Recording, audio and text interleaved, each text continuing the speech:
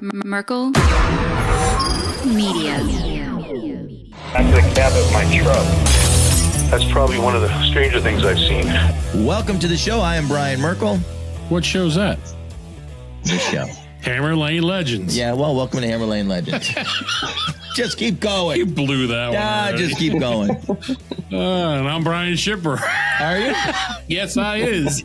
If you have a crazy and wild story you would like to share with us from the road, go ahead and contact us at hllpodcast@protonmail.com. That's hllpodcast@protonmail.com, or go to the hammerlanelegends.com webpage.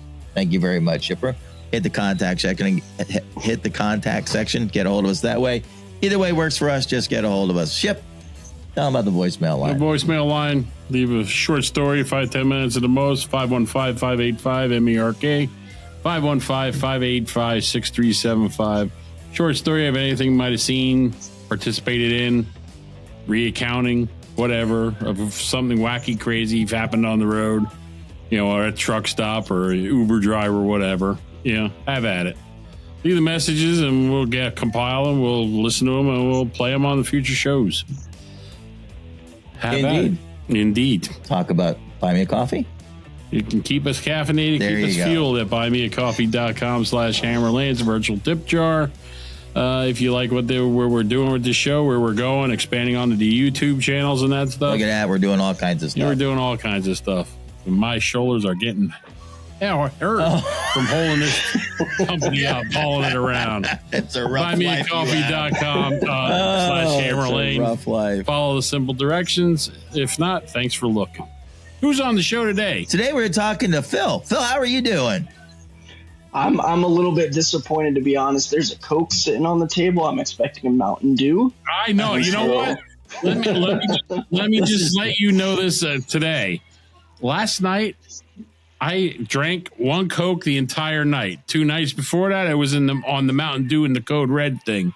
I'm thinking I'm going to have to tell HQ here to switch up and switch over to the Pepsi product because Coke's not doing it for me anymore. I think what he should do is just start drinking coffee. No. That's the real caffeine. So this is the only thing keeping me alive. Well, that's what this is all about here. Nope. Just go ahead. So how's everything going for you? Meanwhile, back to the show. Yeah, back to the show. Exactly. It's going well. I can't complain. Awesome. Yeah. So what in the trucking industry type of conversation stuff do you do? Like, I want you to kind of tell a little bit about yourself and where you're at, what you're doing, that kind of stuff. Sure. So currently I'm not doing too much. I'm not doing too much directly. I'm doing all the indirect work. So currently I'm arranging international freight forwarding from around the world to the U.S. I work in a power plant provider company in upstate New York. So I'm right outside Albany.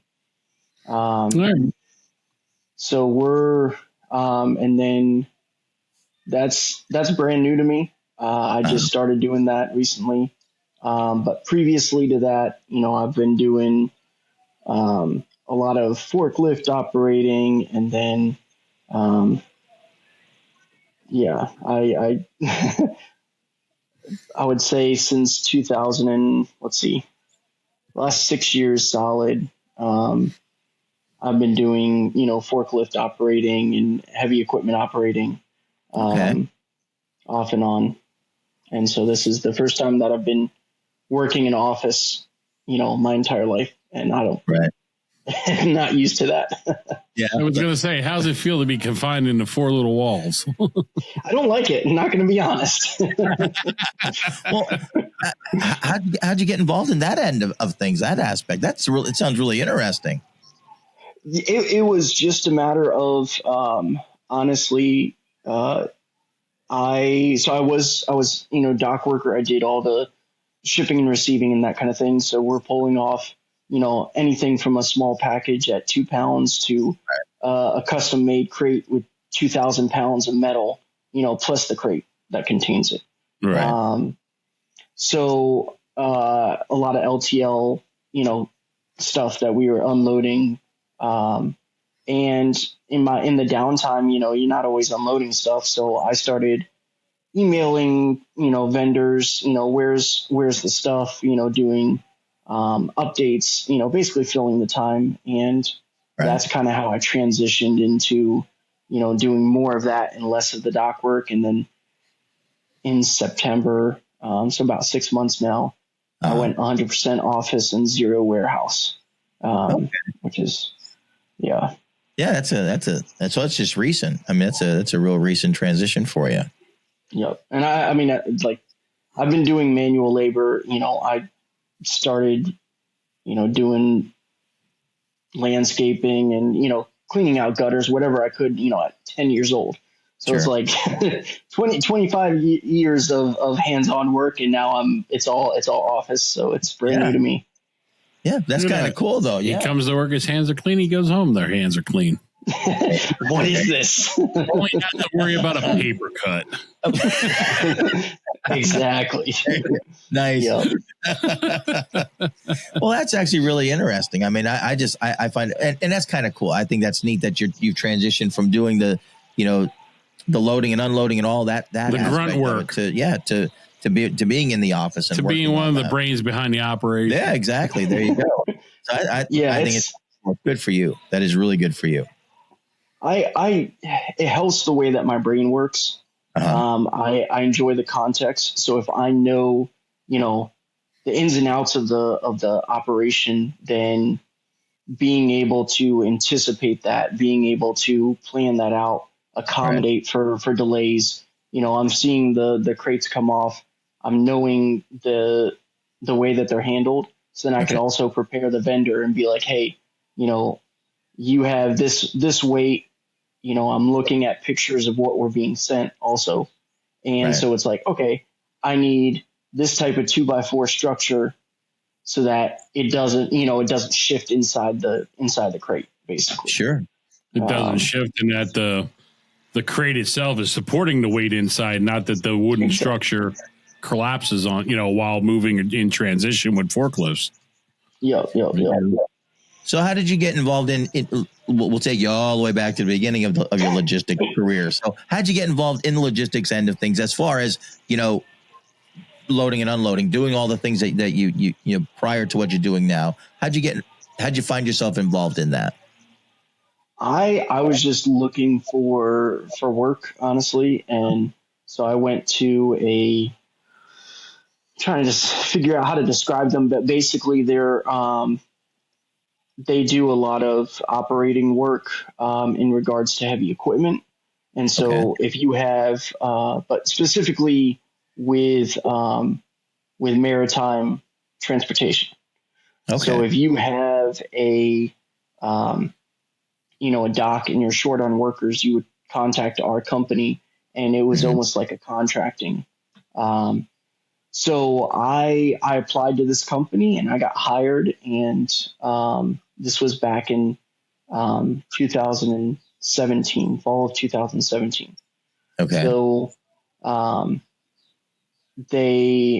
was working at a facility that discharged leachate from tanker trucks.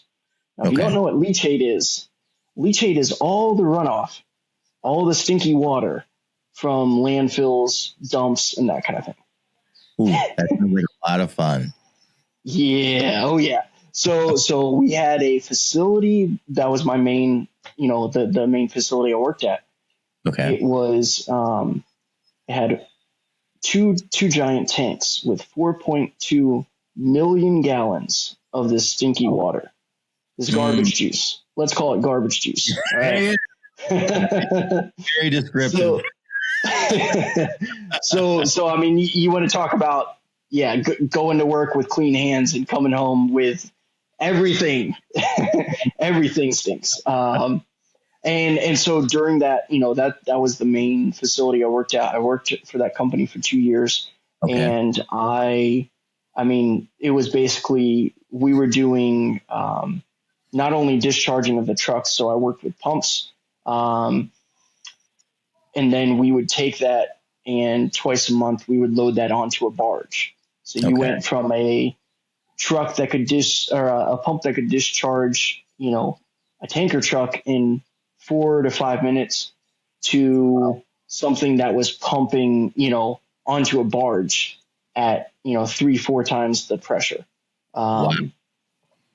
So what, then they were like, well, okay, he's a good worker. So let's figure out where we can use him. So then I was sent to other terminals, and that's where I got the experience with forklifts, with, front end loaders. So they would actually, crane operations and that kind of thing. So I would be put into I had to do 20 hours of observation on the crane, and then 20 hours of supervised swinging, and then 20 hours of unsupervised. I had to do all of those without any issue. And then I was, I was given free reign pretty much. So then that was a ship crane. So if you imagine just a giant, clamshell, we would take scoops of limestone and that kind of thing. It's called break bulk shipping. And,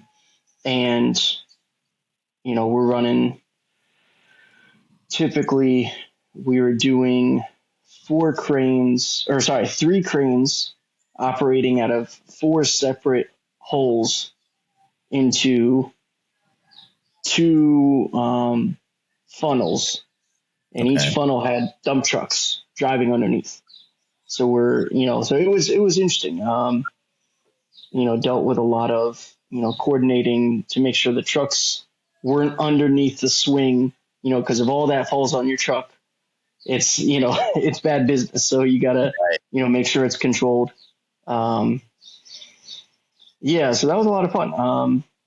Just a lot of different machinery, coordinating with truck drivers and all types of hours, That's really fascinating. Yeah. Then the real interesting part was, I was working at one facility, and they were basically accumulating wood pellets to ship overseas for the power plants. Okay. And so if you imagine a giant igloo, concrete igloo, full of these wood pellets, and then it caught on fire. So that was when I was called in after the fire started to help with fire suppression. How in the world do you do that? I mean, you're literally got a tinderbox. Holy cow.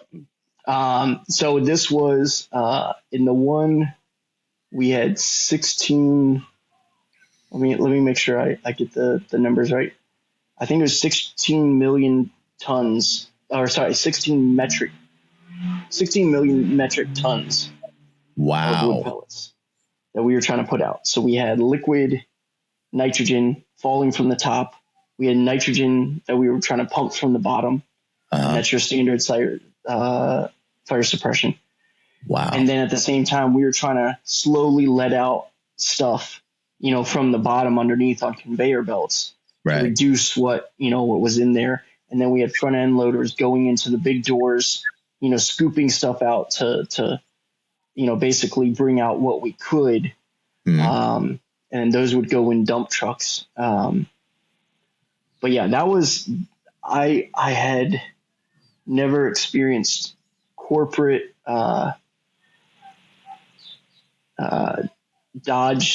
blame dodging ever before on that level. You had insurance companies coming in and out. You had 3 fire departments. You had the commercial firefighters. You had, guys that were with rigging that were going down in from the top. You had all types of suits and bureaucrats beyond belief. I believe it. Oh my word. Can you imagine that? I mean, the hell to pay. Yes. Somebody's going to catch it, and everybody wants to make sure it's not them. You know, it's one thing when you start a fire in your backyard in your little fire pit. Exactly. When you get a fire going with 160 whatever metric tons, whatever. Yeah. It was a lot. There's a lot of pellets. So how long? More than two. Yeah. How long did it take to get something like that under control? It was 41 days nonstop, 24/7. Wow. So I was there 11 days in a row, 12-hour shifts. And then I had a day off, and then I did like another, I think it was like 10 days. And then they gave me a weekend.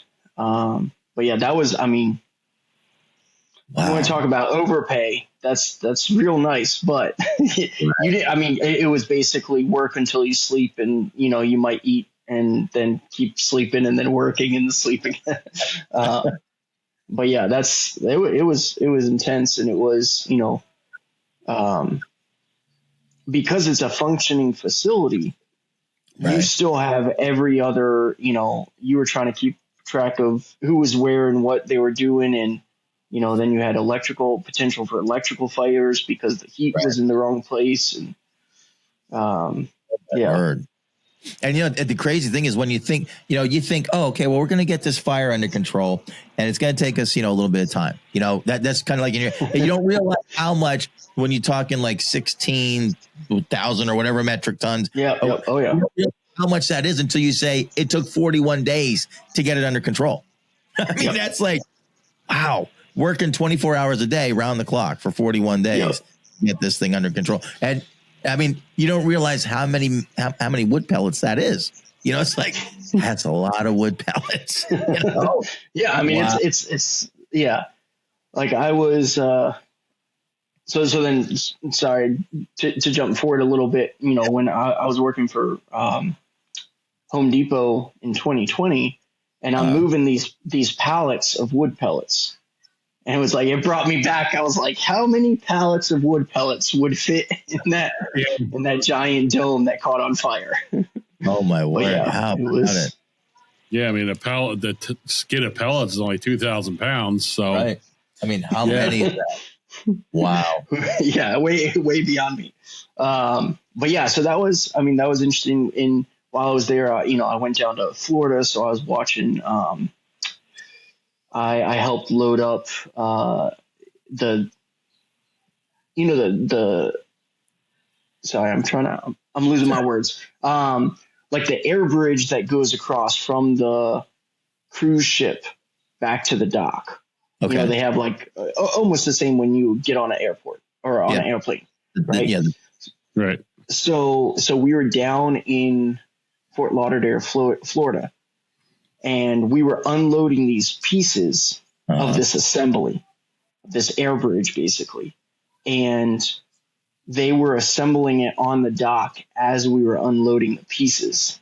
Wow. And that was also just like same thing. You know, if you think of, you know, from 100, 200 foot in the air up in the crane cab, it looked like little ants, you know, running around trying to disassemble a leaf or whatever, but it's in reverse. You know, they're putting these pieces together, you know, and that was another, you know, just it just amazed me the level of teamwork and coordination where it's like, okay, this is beyond an IKEA desk.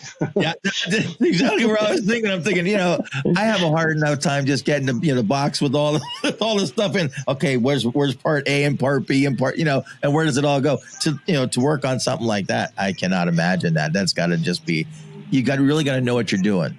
You know, you've really got to be on, have a clue. You really have to have a clue. Yeah. And it was, I don't have a clue. Yeah, but at least with IKEA, when all else fails, you go to the directions and that tells you where to go. It does. That's you got to attempt it without. Yeah, that's what you got to start with it still in the box, and then you pull out the direction. So to go back to the fire, did they figure out how it got started? Like what happened? Like what was the cause? I'm not sure. I mean, there were probably as many possible starting points. I mean, it could have been. I mean, And you, like, at that point, the insurance company was pulling everything and anything out of the book, saying it wasn't their fault. And, Right. like, again, going back to blame dodging, it's Sure. like, there was, I think there was photographic evidence of someone smoking, which obviously is a big no-no. Yeah. There were Automatic. missed maintenance reports. So basically something could have, if you had something that wasn't greased properly, it could have caused a spark. That's something else. There was reports of, so when the machinery is functioning due to the proximity to like the fine dust in the air, you can't have the machinery get above a certain temperature. Okay. So there were reports that were expressing maybe that was a concern, where just because the fine dust in the air, it could have exploded that way. So I don't know. There's a lot you could have said, and I'm not sure. Could have been the filter, Right. the filtration system blocked up. Like on that Wahlberg movie there on the oil refinery. Boom, blows it up. There you go. Lights are up. And there ain't no easy way of putting it out. No, that's for sure. It's going to take a while.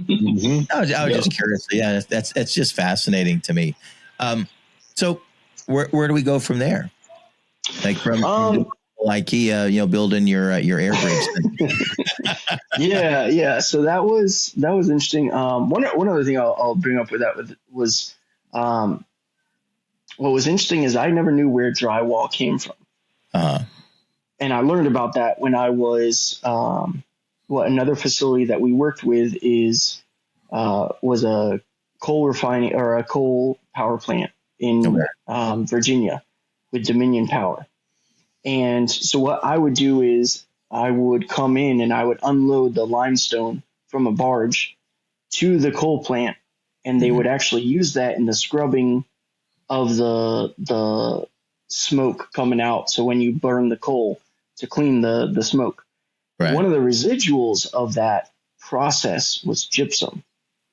Okay. Gypsum is like an orange dust, and that's what they make. That's part of what they make drywall out of.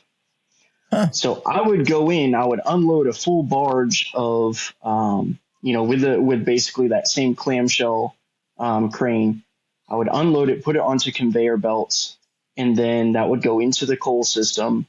Mm-hmm. They would scrub it, and then the next day I would come back and load up that same barge. We would take readings, draft readings to make sure, figure out how much we're actually loading in.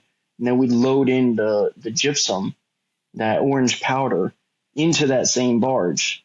And that was a interesting back-to-back. So I lived in Norfolk, Virginia. I drove to Richmond. It was about an hour and 45-minute drive.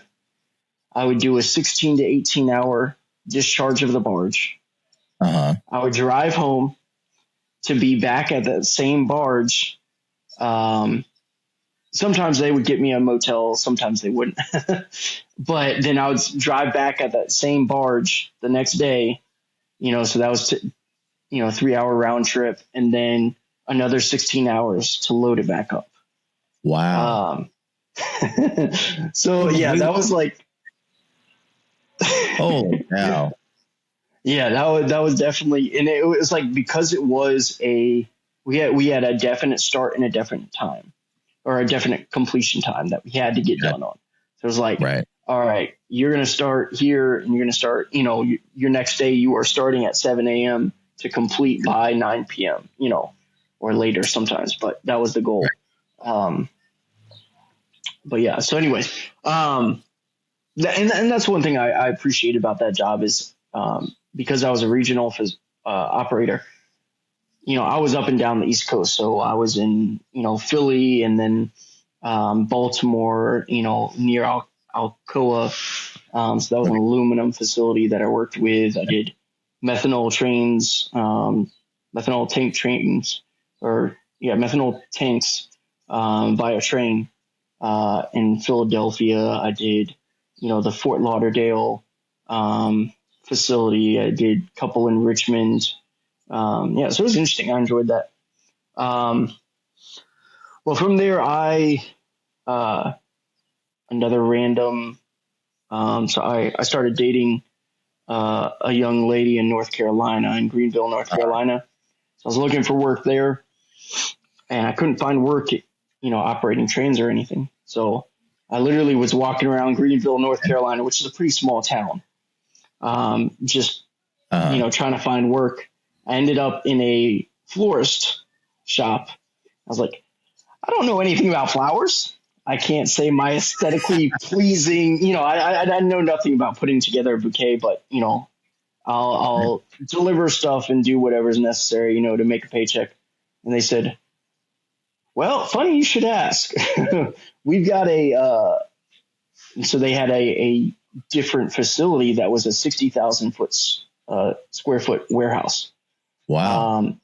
That was all, fake flowers. So they would get in boxes of different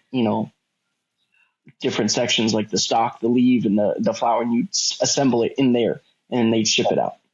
Wow. So they're like, we're looking for a truck driver and a forklift operator. Can you do that? And I was like, I can certainly try. So, I mean, I had plenty of experience with forklifts and front end loaders and, pretty much any piece of heavy equipment you can imagine. And so I was like, driving a box truck can't be that difficult. Yeah, compared to stuff yeah. Yep. So, they had a 26-foot box truck that we'd use for deliveries and that kind of thing. And that's what I started driving. So I was hired in February of 2019, and I went for my first interview. It's really funny. I went for my first interview, and he's like, okay, that's nice. Can you come back for a second interview? I was like, sure. So I took another, I arrived at 8 a.m. like they told me, and he's like, okay, you're going to be going into that room. And it was an OSHA training for forklift operations. So that was my second interview, was being certified to operate a forklift at their company. I was like, I guess I got the job.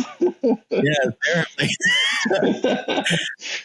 Yeah, and that was my first day of work. It was because I literally was told, can you be here at 8, for a second interview? And then they showed me into the door. I got trained. But then the first, oh man. So that was really easy. That was just, loading pallets onto an LTL, not too difficult. Right. And then, the first time, though,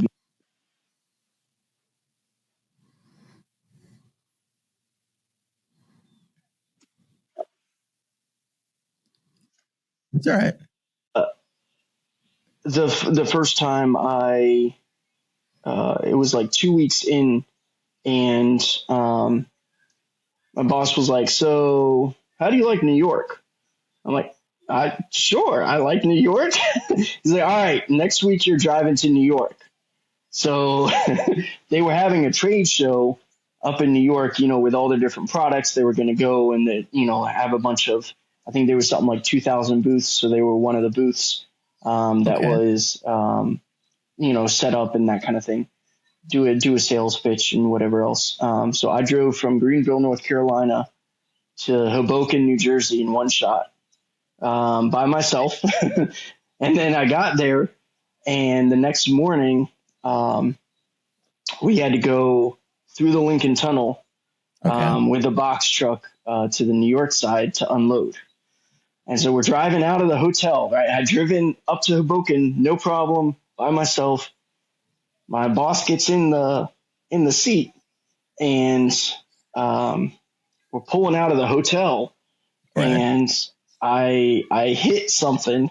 So the mirror comes folding in toward my boss on the passenger side. He's sitting there and he looks at me, doesn't break eye contact, pushes the mirror back out, and he's like, it's a rough start, buddy. Welcome to New York. Yep. So, but I will say that was the only time I touched the truck. I was pretty proud of myself. I went through the Lincoln Tunnel, and it was like the max height. So, the police pulled me off. Had measured me out, made sure I was clear to go. And then I went through, and I'm sitting there, I got my arms braced, and I'm just going straight. And it's like buses zipping by, and, hoping I'm not. But yeah, that was fun. That was probably so I did that trip probably 4 times or so. Wow. That could be a 10th ride, yeah? Right? Yep. That's a 10th ride going through that. Heck yeah. And then the other part, the return trip, which they didn't tell me about until the end of so it's a 3-day what's it called? Trade show. Okay. And we were going to deliver some of the stock that we had brought as display they had sold. So I was going to drop that off in right outside Wayne, New Jersey. But the problem is going from where we were to Wayne, I couldn't take the same route. I had to go through the city, and I'd go basically surface streets, right? Side streets. Okay. Because through New York City, you're trying to go, I'm following my GPS, and I don't have a route set out. And the GPS thinks I'm a car, and I can't go the way that a car goes with a 26 foot box truck. Oh man, it was, I just kept on seeing signs, no trucks. I definitely would have needed some, it would have been good to have some experience on that, because I just was like, oh man. Yeah. Yeah. I was going to say, if you made it through into New York, you just have to make it back out the Lincoln Tunnel. Anybody can get you up to Wayne from there. Yeah. When you don't know where you're going, it is a lot more. The tension begins to build. Oh yeah. Yep. But that was fun. I mean, I enjoyed driving the box truck, and just that's cool. Yeah. Again, added another element to the operations, where just understanding, how things function, and giving it a little bit extra time. Right. Yeah. Big difference. It does. It's patience, and it's a virtue. But it sounds like you have tried and done everything. You're kind of like a jack of all trades. It's kind of cool. It really is. Yeah. It's kind of, you got kind of an exciting life where you don't ever say no. Somebody says you know how to do this. No, but I'm willing to learn. I'll try.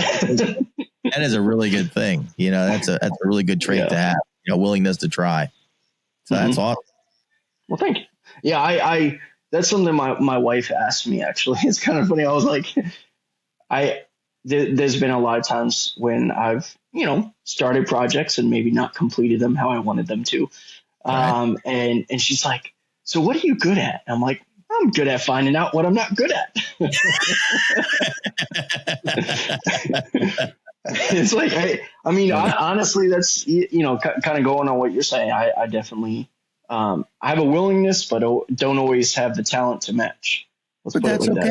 You're willing to try and find out, you may have a talent to do it. You may not, but you won't know unless you try. And I think that's really cool that you're actually willing to give it a shot, because there's a lot of guys that look at something, and if they don't know how to do it, they're like, well, nah, I'm good, So I think it's a good trait to have. Well, that goes back to, because growing up, I did not have much confidence in myself, but that was really, I would say, nurtured by my supervisor for the crane company. He would put me in anything, and that was his theory. He's like, I'm going to put everyone in everything, and we'll see what you're good at. And that gave me the confidence to at least try something. Yeah, that's awesome. And we would be, he would put me into the seat of a front end loader or whatever. He's just like, just go around and mess around, figure it out. Right. Go to, basically drive until you hit something. That was his theory. And he's like, in the way that he would train someone is he would have them sit in a seat for an hour, and then he would give them the operations operations manual, and be like, okay, now let's go through this. And so he would explain different aspects of the functioning of, how do you figure out how much you can lift? You know, how do you reverse? You know, on a front end loader, for instance, you know, or a lull, there's different wheel alignments that you can do. So you could have the wheels where they're opposite each other, so you can do a really tight circle, or you could go where your wheels are, you know, aligned opposite, so you can actually drive at a 45-degree angle.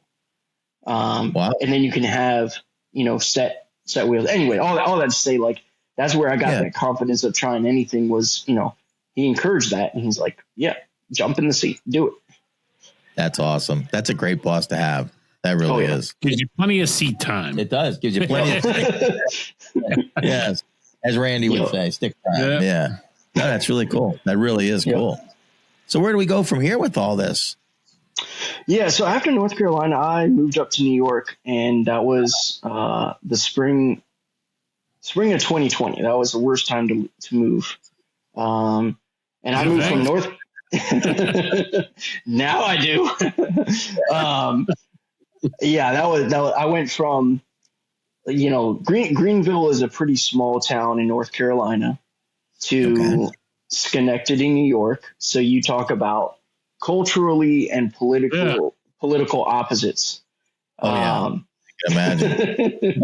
So that was fun.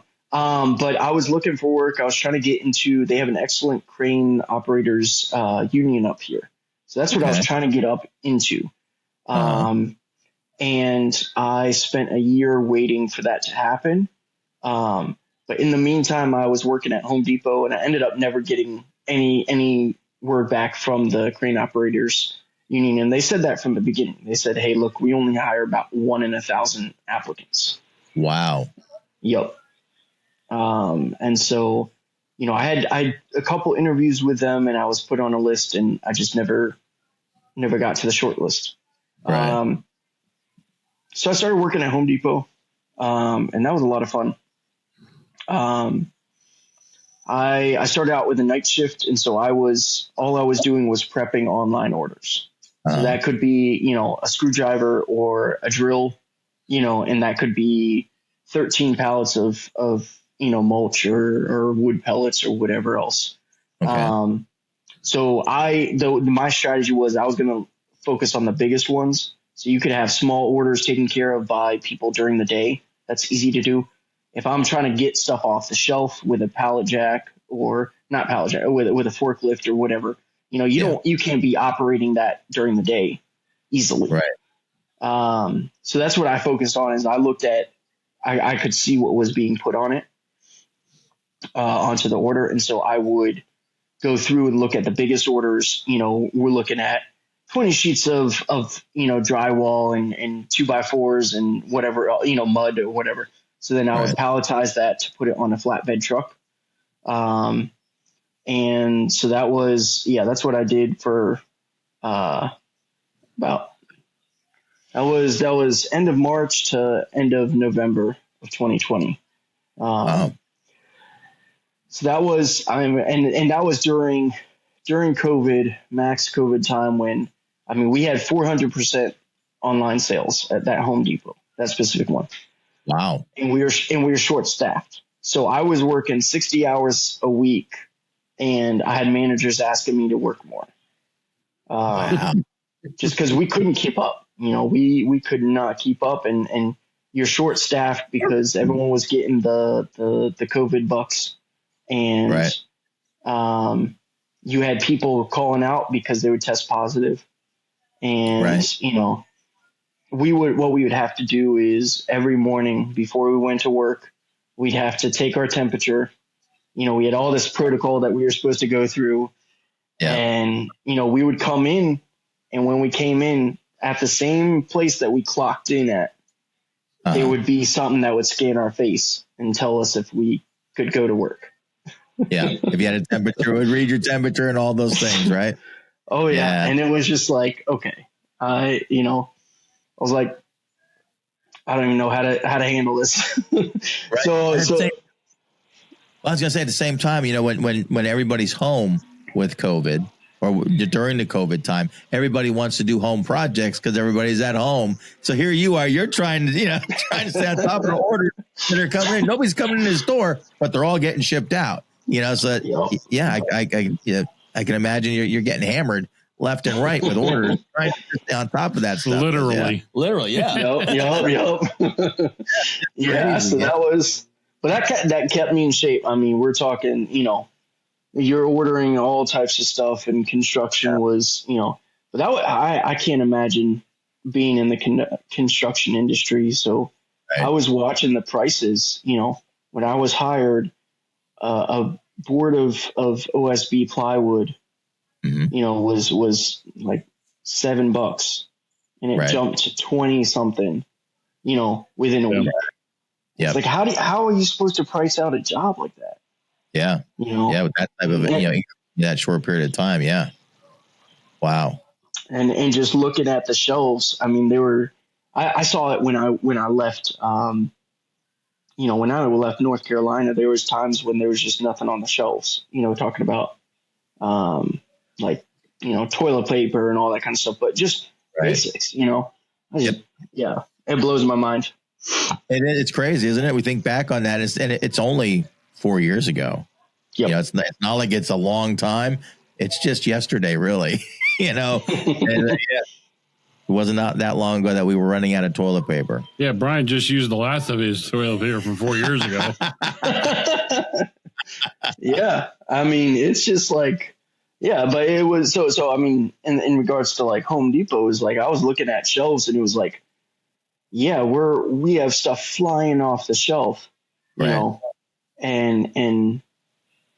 it's just like we're not getting ships in. We're not getting trucks in. We're not getting the things that So we have an increased sale, and we have decreased supply, and that's that's where we're at. And then you had what I found out afterwards was a lot of the issues came from our lumber. Majority comes from Canada, right? Yep. And we had shipments held up on the border, because of COVID or because of politics. There was some tension between Canada and the U.S. where it's like, okay, so yeah,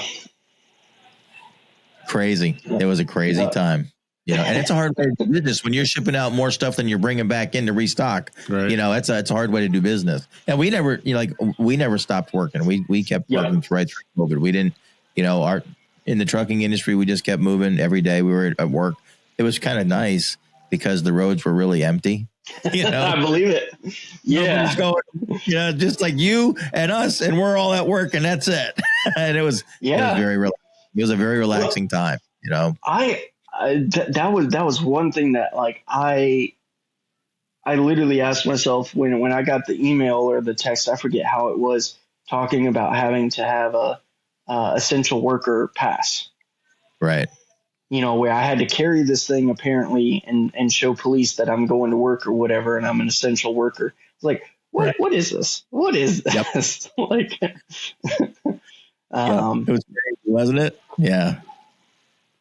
But it's nothing compared to overseas. So I had friends in South Africa. I had friends, in Europe, and it was just like it was so much more strict in other countries. The US, it wasn't.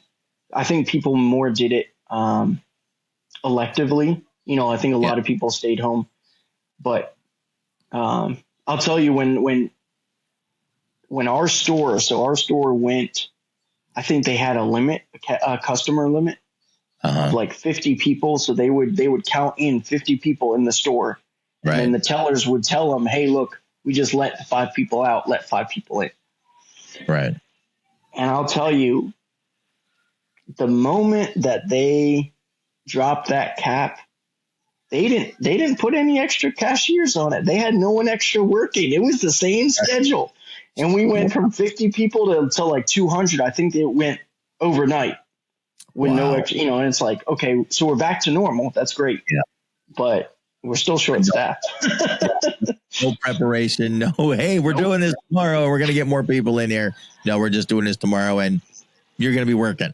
Have fun. Yeah, have at it. Oh my word. Yeah, that was such a strange, crazy time, just, and it's almost like we haven't been able to get back to full strength as far as employees goes, as far as personnel. Yeah, it's like everybody's short staffed all the time anymore. It's like I don't know what happened to all those people, other than they just figured I'll just check out of everything. Yeah, it seems to be what happened. Well, that's why the border's open.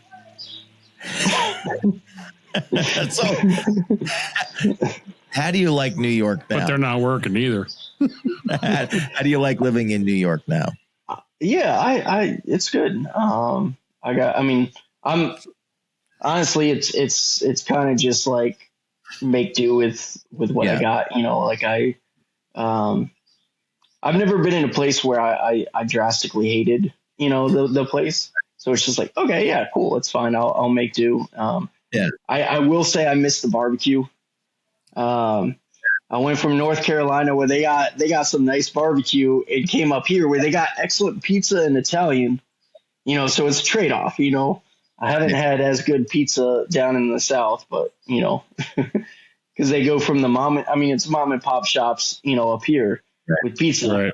And down in North Carolina, it's like, all right, you got your Pizza Hut, you got your Domino's and Chanello's, and that's about it.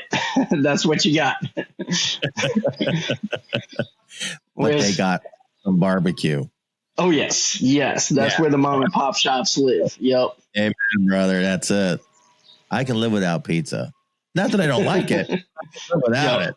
No. Yep. But give me the meat. You know what I'm saying? It's just I'll take a barbecue. I was thinking, so that there's two threads that kind of have been throughout my work that might be good to discuss. So one is falling asleep at the wheel. Oh, yeah, that's probably a good thing to discuss, and a good thing not to do. Not to do. Yep. So the one story. So I was working. This was actually before I started doing anything logistics, trucking, or anything like this. But this is to tell you kind of from the four-wheeler side, the small guy side. I was driving from Norfolk, Virginia to Winston-Salem, North Carolina, where my brother was living.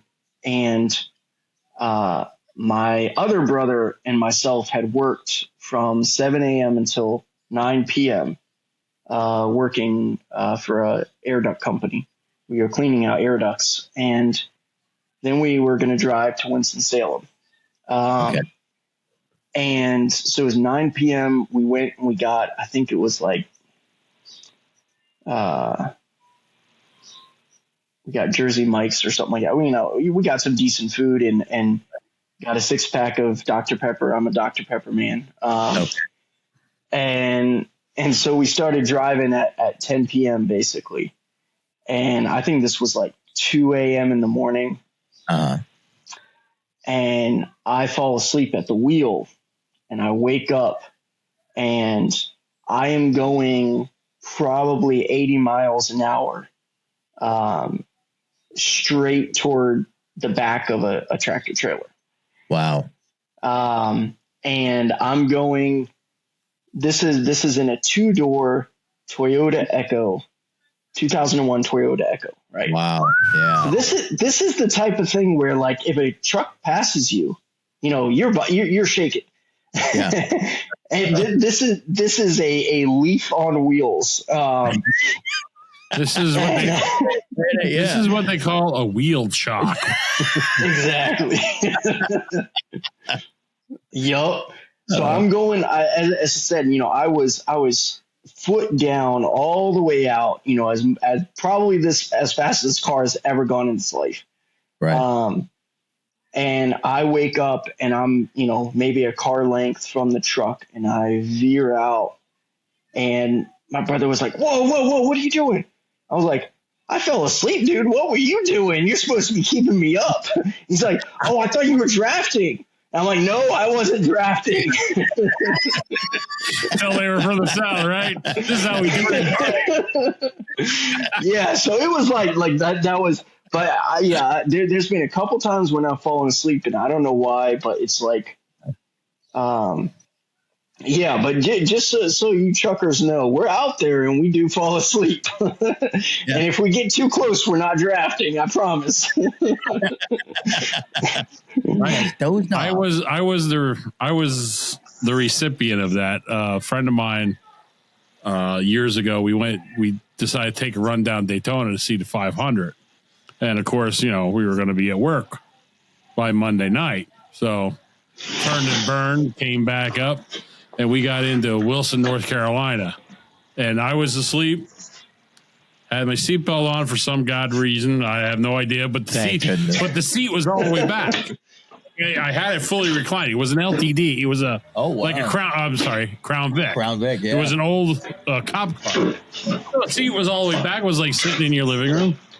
And next thing, I feel myself literally come all the way up. I met the airbag, and I look over at the guy that was driving. I says, "What did we hit?" And he's like, "I think we hit a truck." And then, I said, "Well, catch up," because the guy just pulled away. Wow. So we catch up to him. We get him pulled over. And another truck driver comes over from the opposite side of 95, and he's looking at my friend, because the airbag went off in his face and everything. And I said to the truck driver that we hit, it was a trailer.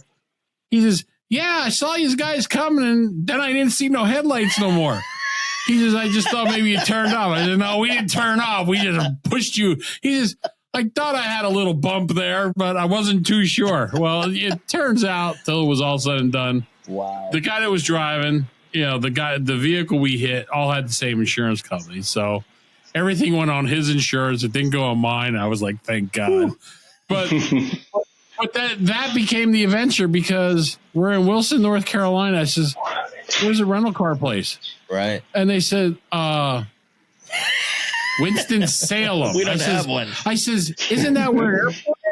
"Yep, that's the nearest place you can rent a car. But you want to rent a U-Haul? Gus is right down the road here." "I'll rent a U-Haul. I don't really care."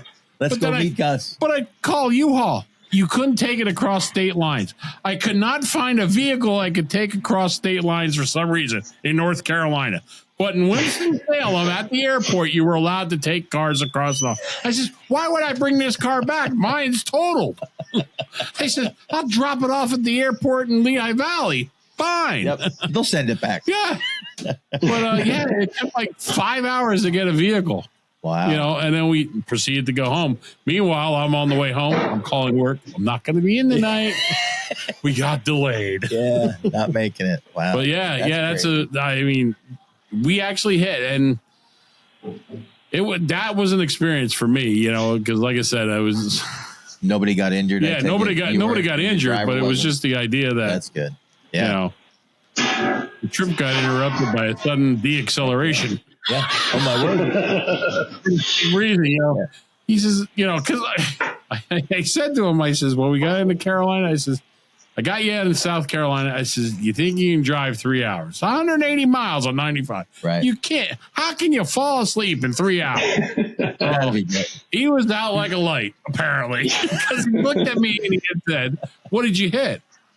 And I'm looking over. You see a steering wheel in front of me? Oh, I was driving. Yes. Apparently you were sleeping. Yes. The driving was just secondary. But Wow. And that's why, from that day, that guy had the trailer wheels pretty far back, and from that day on, everything I drove, whether it was a 53, 45, 48, them tandems were slid all the way to the back the whole time. Keeps everybody from coming up underneath. Right. Keeps keeps you from meeting the Manson bar, as they call that back bar. Boy, you got that right. Because she didn't work out so good a lot either. That's why they named it that. They named it the Manson bar. I'll take your word for it. Google it. I will. I'll wait. But there's a little side direction on that. Back to Phil. Yes. But that's crazy. That is, staying awake while one is driving is always the preferred way to be. Which is why I don't know how you are with it, but I am the kind of person where it's like, no, it's okay, I'll drive. You know, sometimes, yeah. Yeah, I don't. There's very few people that I trust enough. Chipper is one of them. Not really so much, but not anymore. You know, we went on a road trip about a month ago. I can get you there a half hour before anybody else can. Yes, you can do that. Riding with him is like riding in a time machine. You know, it's like he's just going to get you backwards in time, and you're going to be fine. It'll be yesterday by the time you get there. That's how fast he goes.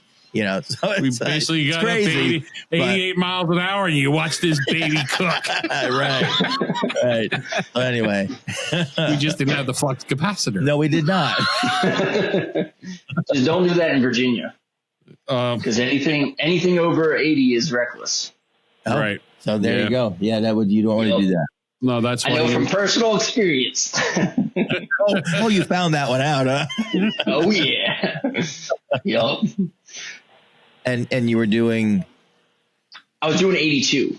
Oh, okay. Just 2 miles an hour, and he nailed you for reckless. Oh yeah. Yep. So I was able to talk it down to a regular speeding ticket. So this was, I was going 70. So the speed limit was 70. I was going 82. This was on the way to that Dominion Power, the coal scrubbing facility in Richmond, Virginia. And, I was going 82. He pulled me over. Wow. So I had to go to court for it, and so I was able to, I didn't have any other points on my license. So that's good. I was able to talk it down to a regular speeding ticket, but yeah. Oh, you would have seen me singing a song there. Look, man, I don't get there. You don't have power at your palace tonight, but that sounds like something you would say. Yep, yeah. I would. I'd try it. Worth a shot. Yeah. Hell, you can follow me, give me an escort. We could do 90. But anyway, back to Phil. Yep, back to Phil. So the other one would be workplace accidents. I've got a couple stories there. So the worst one was it was the first week that I was working at a specific facility, and I was supposed to work there, a while, and we were doing barge operations. And so basically, at the end of the day, we would secure all the barges, side by sides up to a dock, right? And some, depending on how many barges we were unloading, there could be multiple ones side by side, like two deep, basically pulled into the dock. And so to do that, you got to secure them, to make sure they don't float off with the tide. Well, we had one of the most, I was down in one of the barges, taking a fire hose basically and pressure washing the bottom of the barge and getting everything out. Right. So we had sledge. They were basically dredging the river, putting all that extra dredge into the barge, and then they unload it onto the dockside into dump trucks. And so I was in the bottom of that, in waders, in all the muck and the mire, pushing that along with a fire hose, basically, the worst job possible. And so they were, we were in the last like half an hour or whatever. So they were tying up all the barges and getting them all close to the dock. And what happened is one of the senior guys, he was on the outside barge. It was pulled in. And so he was holding on, but then he didn't wait for the aftershock. He tried to walk while, so you would have the initial impact and then you wait and then it comes back, kind of with the water. Yeah. And so the two barges collided, and because one was full and one was empty, he fell for probably 10 foot to the bottom barge. Wow. There was a height difference, because one was way down. Sure. And so he shattered his leg. And this is way up in the middle of, nowhere. So they had an ambulance. I mean, it was a 20-minute ambulance drive.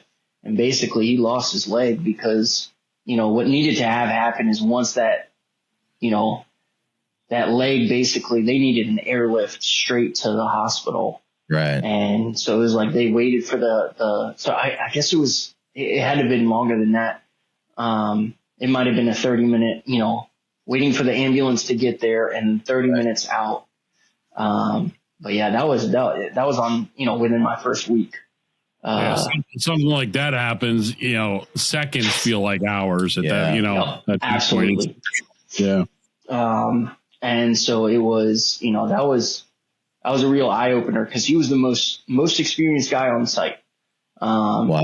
And everyone was like, he is the most safe guy, and he just lost focus for a moment, Yeah, and it's all it takes. It was the wrong moment, Yeah.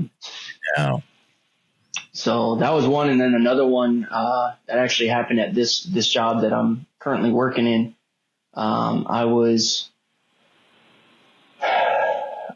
unloading a truck, and so this is a 1,800-pound bearing.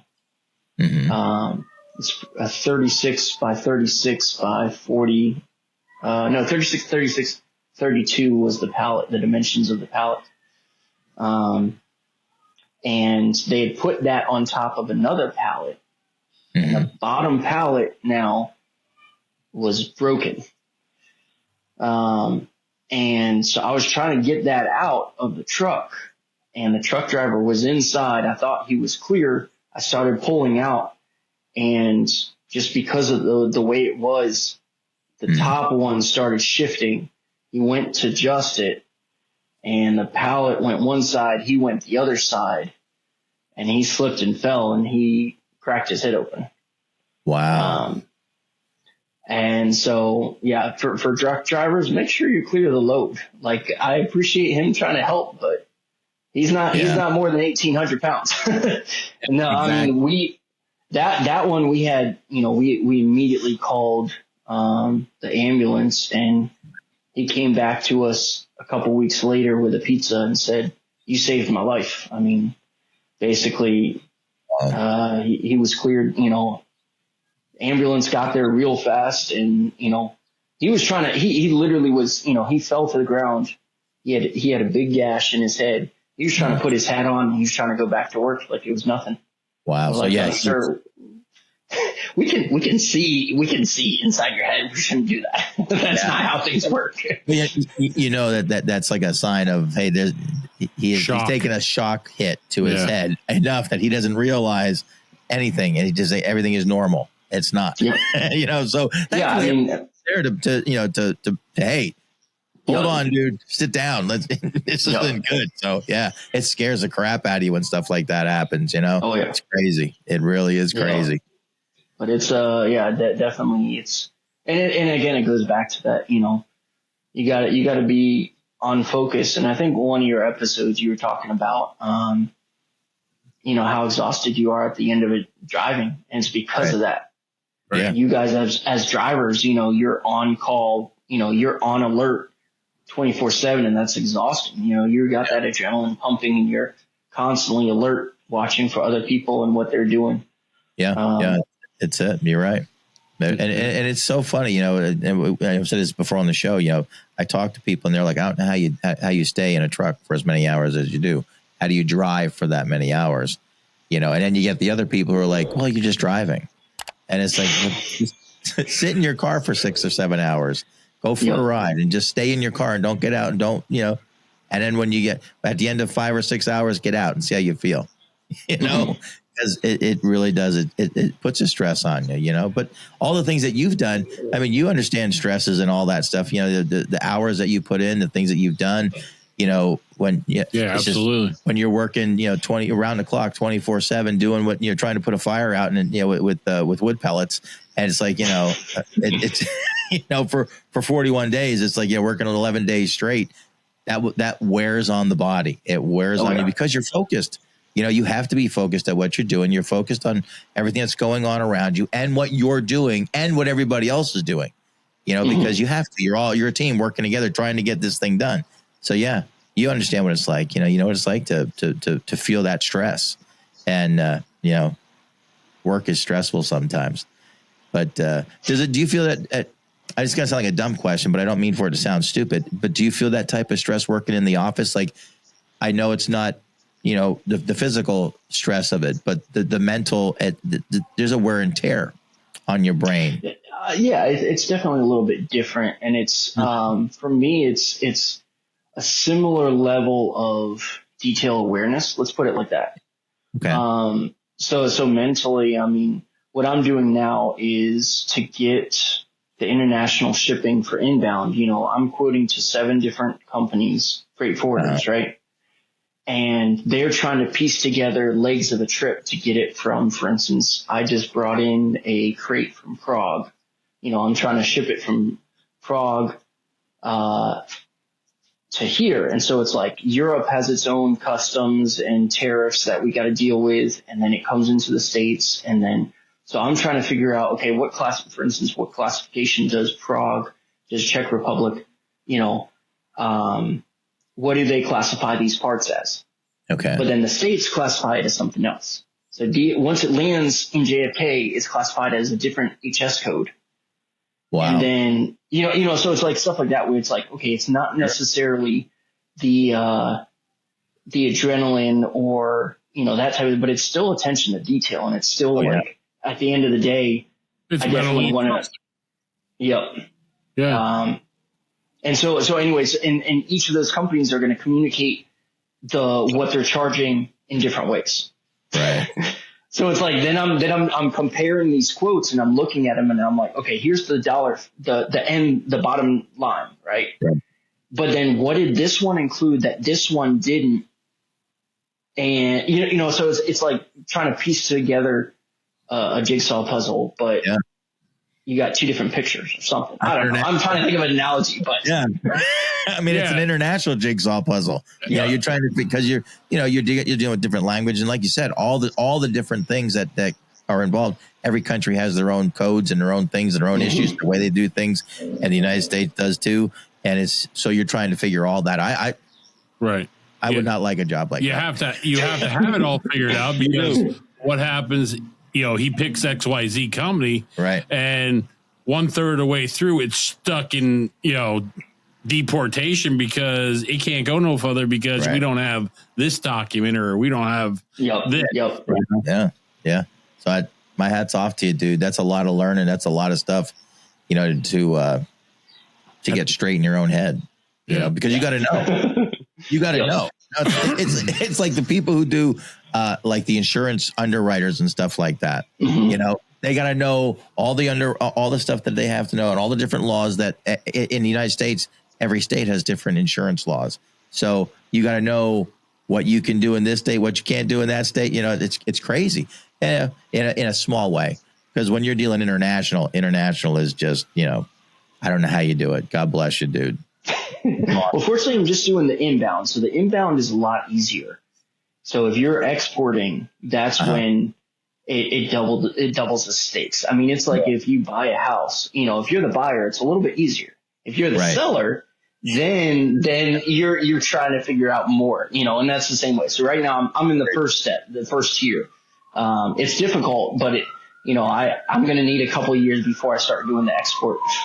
Yeah, that's really cool. That's a neat transition for you. I think it's really kind of cool, to go from doing what you were doing and morph into what you're doing now. It's awesome.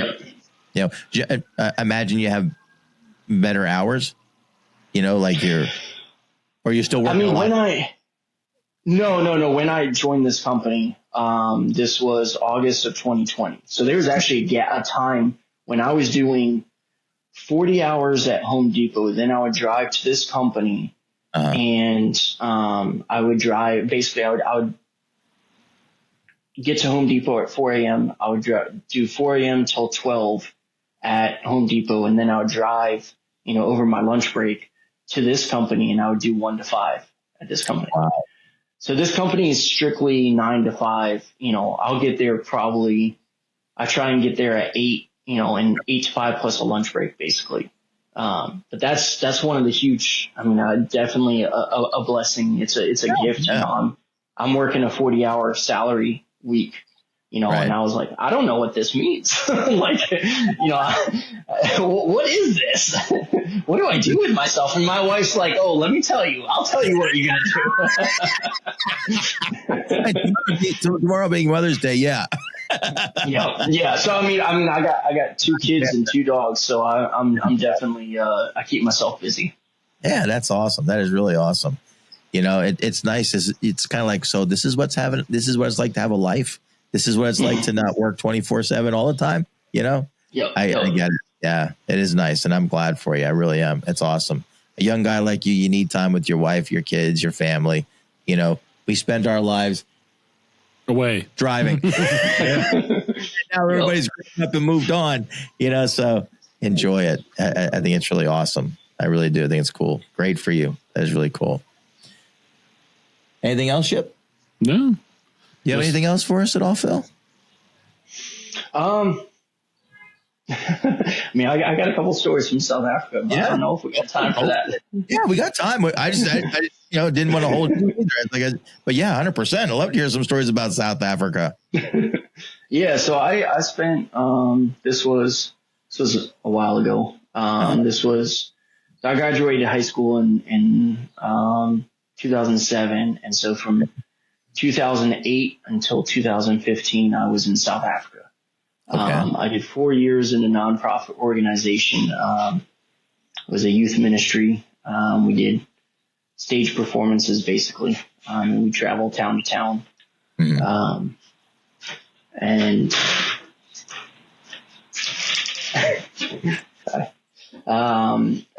we, I did lights and sound for that.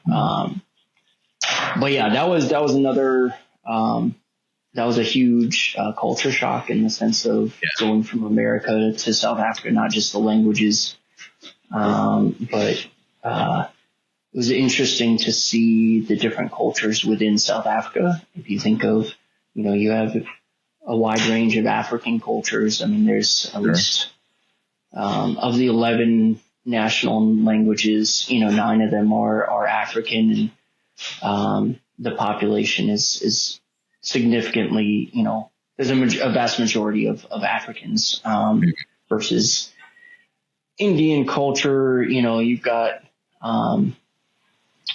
in the white culture, there's the English and the Dutch settlers that arrived in the 1800s, and they were fighting over the gold.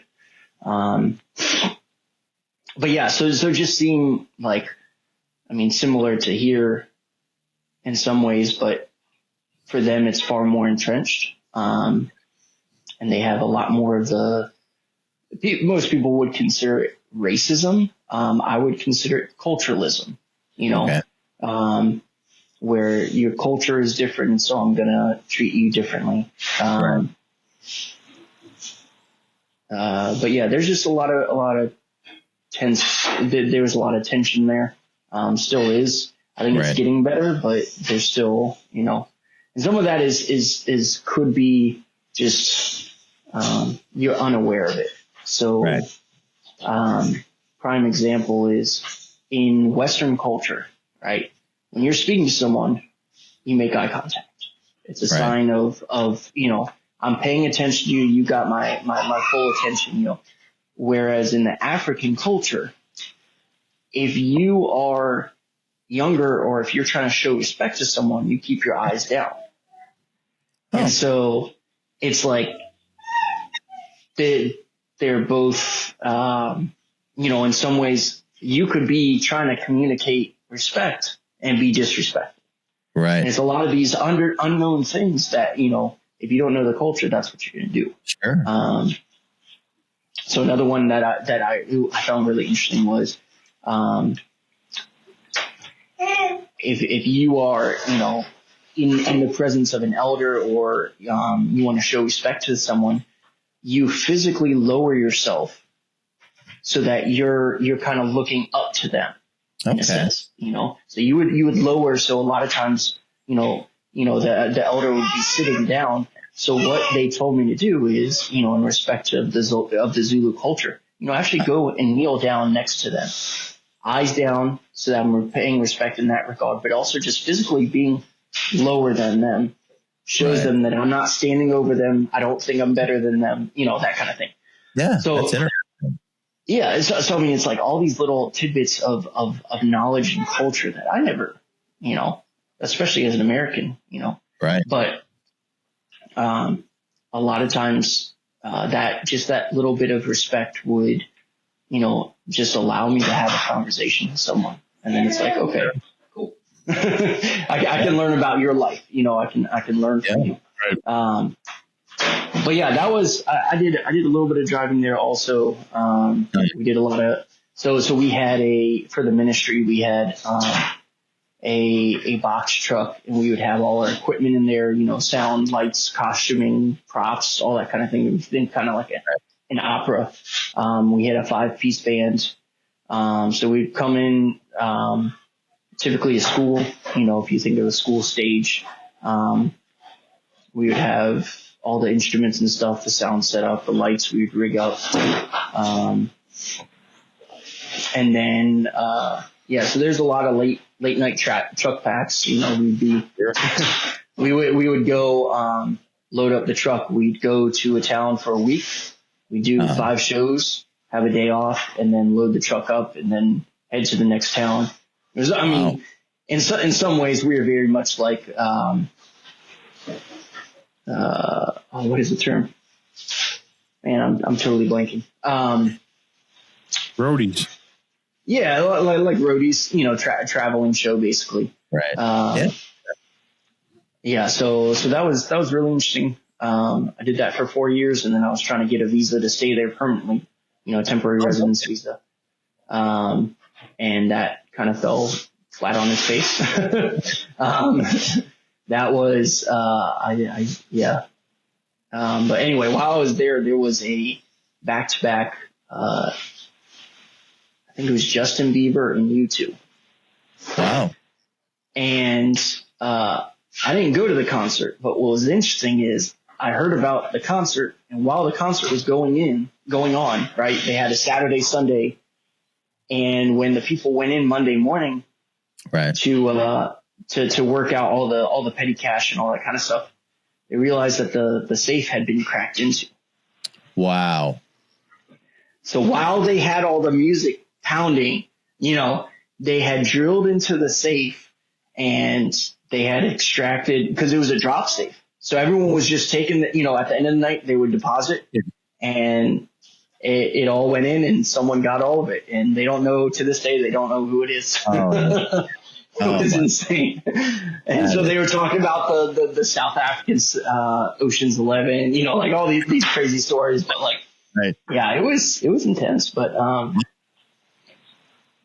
it was interesting being there. Yeah, and especially as an American, because I think I saw stuff with a different perspective. And obviously when I came back to the States, it's like, oh wow, I never thought about that, right. It's like we look at America and we're thinking about wealth in one aspect. And, it's like if you have, I think it's like if you make $30,000 a year, right? Uh-huh. You're in the top 1% of the world for wealth income. Wow. It's crazy, isn't it? And that brings you into perspective. And it's like, there's a lot of times we look down on ourselves, or we judge ourselves, or whatever else. We make comparisons, and anyways. But I was over there for 6 years, and 6.5 roughly. But it was a lot of fun. I would definitely suggest anyone that can, travel to South Africa. It's like, if you're talking, purchasing value of the dollar, you can get quite a lot. And there's they just have amazing tourist stuff. I mean, you can go swim with great whites off the coast of Cape Town. And, maybe that's something I'm not doing, I want to keep I want to have all the same body parts when I get out of the water that I have. Key word would be repellent. And I want to become Yeah. You're right. It's very interesting stuff. It is very cool culture. You know, it ought to be something that's just neat to see. And I think it's fascinating that you went. You know, that you know, at a young age. You know, that's really cool. Yeah, I was fresh out of high school. Instead of going to college, I went to South Africa. So yeah. You know what? It's a cool way to learn. You know, you experience life. You know, so that's that's really cool. That is really cool. Yeah. Well, there was one last one. If you got another moment. Sure. Yeah. So on some of the guys were talking about going Haji, right? You know, driving basically the opposite direction. Yep. Just everyone get out of the way. So there was a really scary moment when I saw this happen, and this was actually in Nigeria, and I don't think it was intentional. Mm-hmm. So one interesting thing about Nigeria is that they were settled. They were colonized by the British. So all their road systems are made for driving on the opposite side of the road, right? Right. And then in, I think it was the 1960s, they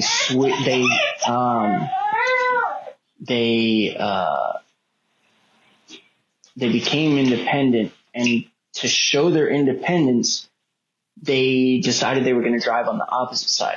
So now you're driving on the right hand side, but your entire road system is on the left. Right. So just let that sink in for a second. All right. But there's a few times when it just doesn't, you know, it causes logistical complications. Let's put it like that. Yeah. But so I'm driving along and I see, you know, a bus, a big bus, think like Greyhound or whatever, you know,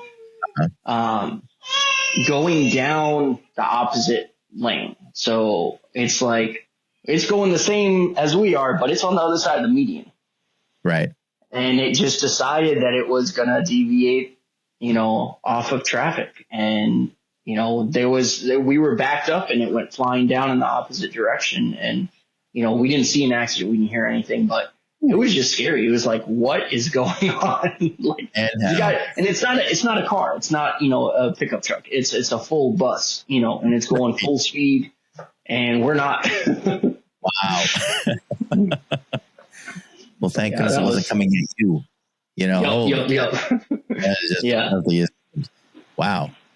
Well, that's really. Go ahead.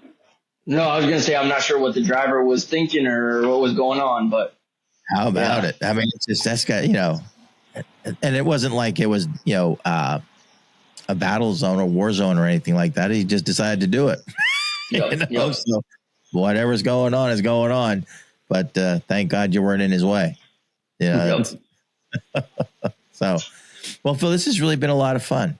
You have had a really interesting life, and I'm really glad that we got this chance to sit and talk and hear what, you know, all the different things you've been doing. You know, I think it's really cool. I appreciate your podcast. It's been, you know, I'm about 200 episodes in, so it's like, it's, you know, it's interesting. And you guys I think the biggest thing is, you know, sharing the stories of people's lives. That's important for them. And I think it's important for us also to listen and, absolutely. Yeah, totally agree. I really do. We really do. And Ed, just thank you so much for coming on and sharing yours, because this has been a blast. I think it was so enjoyable. Just all the stuff you've done, all the crazy things you've been into, and all the stuff. Just that willingness to just take life and say, you know what, let's go. You know, I think it's not enough people do that. You know, not enough people live life to the fullest and extract everything they can. And that's one thing. You know, when it comes your time, you can look at it and go, yeah, it was a good life, no regrets, and that's how it should be. You know, don't regret anything. You know, just move forward. So anyway, thank you so much for coming on and talking with us and sharing with us. We really enjoyed the time that you gave us. And we hope everybody out there enjoyed the show. And if you enjoyed the show, Shipper, what can they do? They can share a show with everybody, anybody on any continent. You got that right. I'd love to hear from South Africa. That'd be kind of cool. So anyway. Send your emails. There you go. With all that being said, keep the hammer down. In the hammer lane. Good night now. Good night.